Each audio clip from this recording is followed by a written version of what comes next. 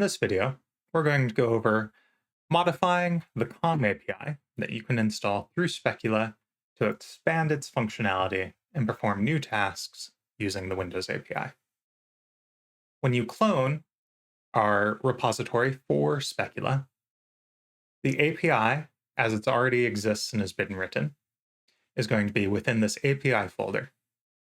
It's a Visual Studio 2022 project. Interacting with that API through Specula is done using the modules similar to as if you were performing any other task. Those modules are going to be within functions, as all modules are, API, and then a collection of modules and capabilities. The first thing that must be run whenever you want to interact with the API is you must first install that API.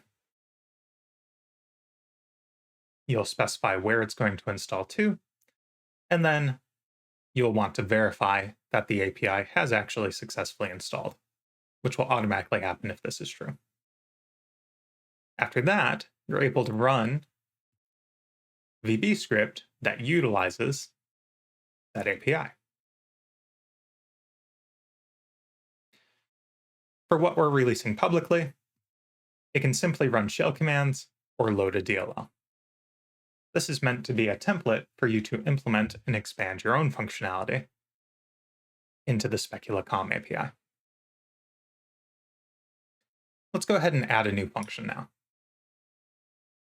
To do that, you'll need to bring that API folder over to a box that has Visual Studio installed. There's 3 files that we're going to need to modify. The IDL file, which defines what the interface looks like to VB script and how our class is going to be. Our header file of our class to add the prototype for the function that we define in our IDL file, and then we'll actually need to implement the functionality within our CPP file. For this example, we're going to simply take a string in and return it back. So an echo command. We're going to give it the ID of 3, which is just the next number in our sequence. Methods need to return hresult.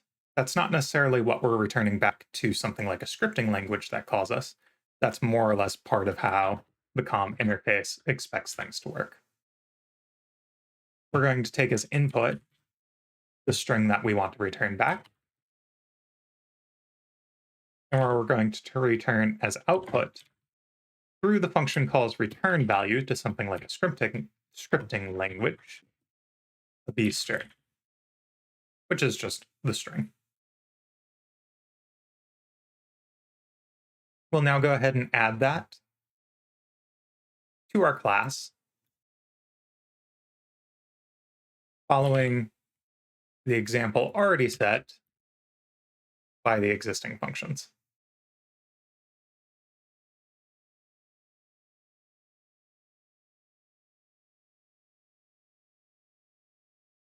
You do need to wrap it in this preprocessor definition. And this name should match what you've defined in the IDL file. From there, we've defined our function, but we have not yet implemented it. So we need to go to our CPP file and do that.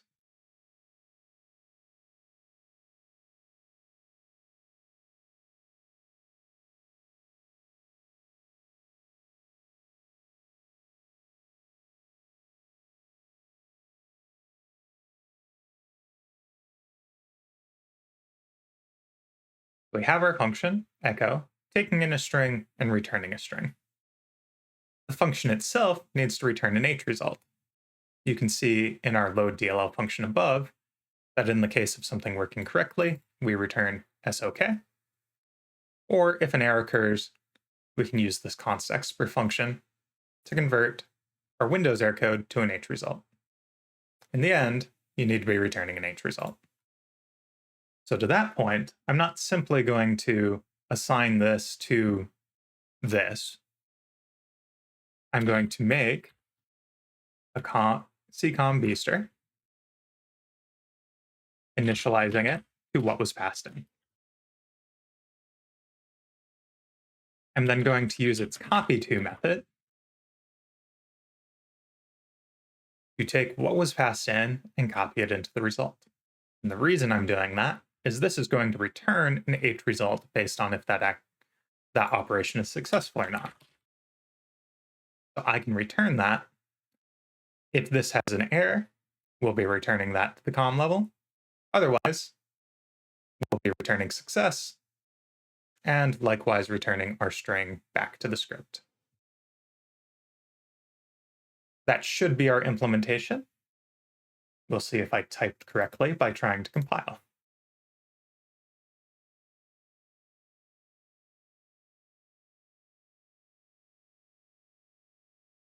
So that appears to have worked properly. We'll now also compile for 64-bit.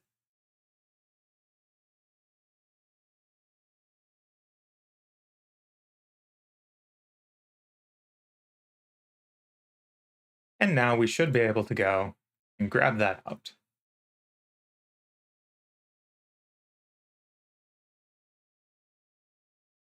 We'll take the DLLs and transfer them back to our box with Specula.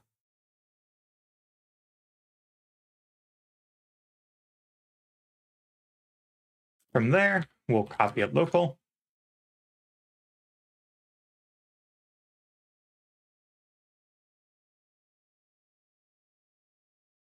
Updating the files within Data Payloads API.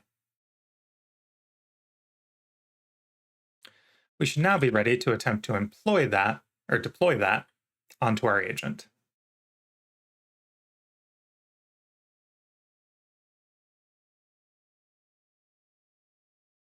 So we're going to use install API. I'm going to leave the default options for this run, and we're going to run that.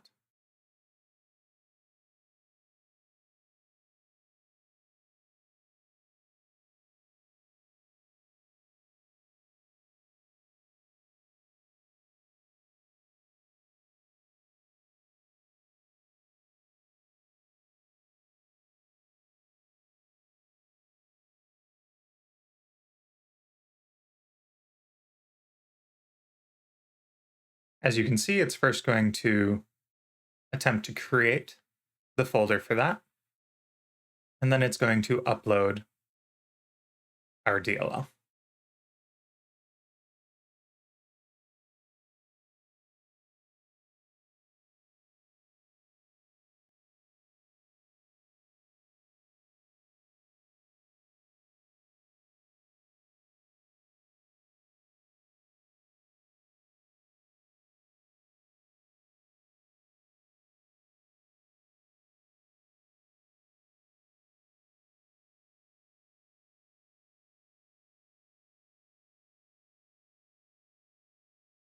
And with that, our upload appears to be successful. From there, we're now able to actually access the functionality that this COM object should provide.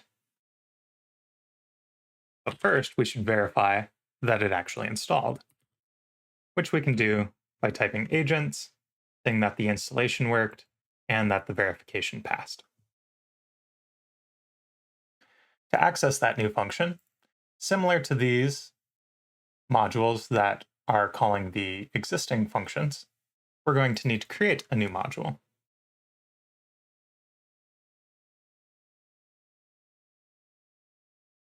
So we need our Python file and the associated VB script. I'm going to start by using an existing module as a template for implementing our new functionality. If you want to learn more about exactly how a module is put together, we have a separate video on that topic.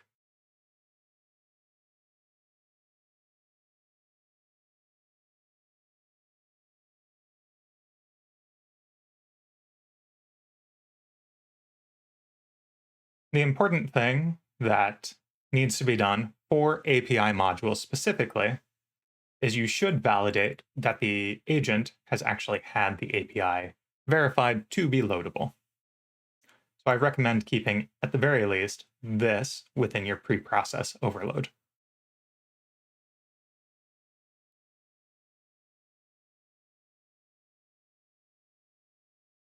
Now for our actual functionality,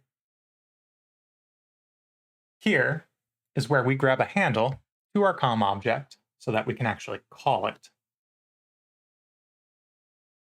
The function that we're going to call is called echo. This comes from whatever we defined within our IDL file.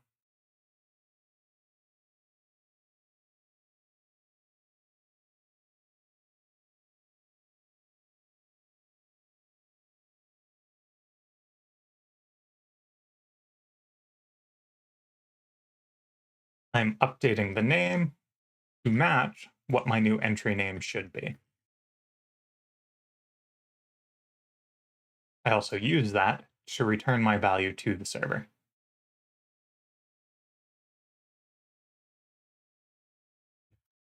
Finally, I'm updating my parameter, and since I'm using the quoted string handler, I don't need to explicitly put quotes within here.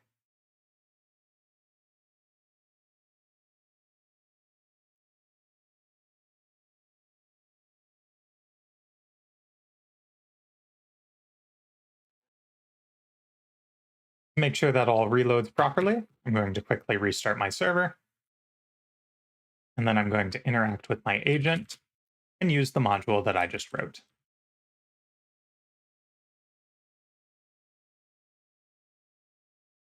I forgot to update the base help, but my value and its description look correct. So let's go ahead and set that and run it. Now what should happen is it should get sent down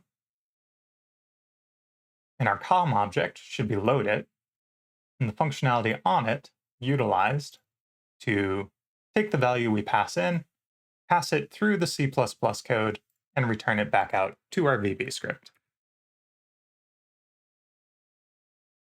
And as we can see, that was actually successful in loading and executing the command that we thought it should. Hopefully you have found this informative. The API is an extremely powerful way to access any functionality that you can do utilizing the Windows API. With that, if you have any issues or questions, please reach out to us on our Discord. And with that, I hope you have a good day.